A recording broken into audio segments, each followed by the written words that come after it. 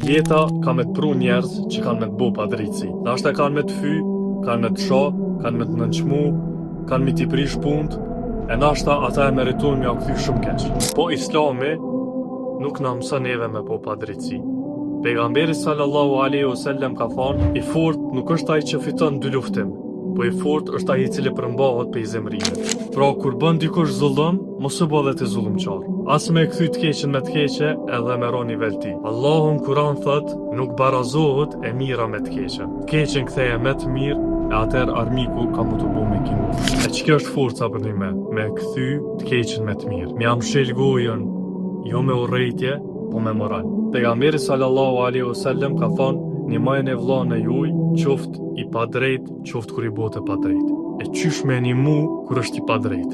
Me një mu të e largu pe qasoj pa drejtësie. Për arsye se lutja ti që ju është bo pa drejtësi, pejgamberi sallallahu alaihi wasallam ka thonë që mes saj edhe Allahut nuk ka perde. Për çat arsye kur ballafaqohesh me një pa drejtësi ose me një pa drejt, mos ul nivelin e tij. Nëse ti je musliman e faqebardh, kjo do të me dallu prej atij tjetrit. Po edhe nëse ai tjetër është musliman edhe bën pa drejtësi, bëhu musliman i mirë. Bëhu qashtu që Allahu e lyp. E Allahu me kanë është me të drejtën. Kështu që bënoj drejt.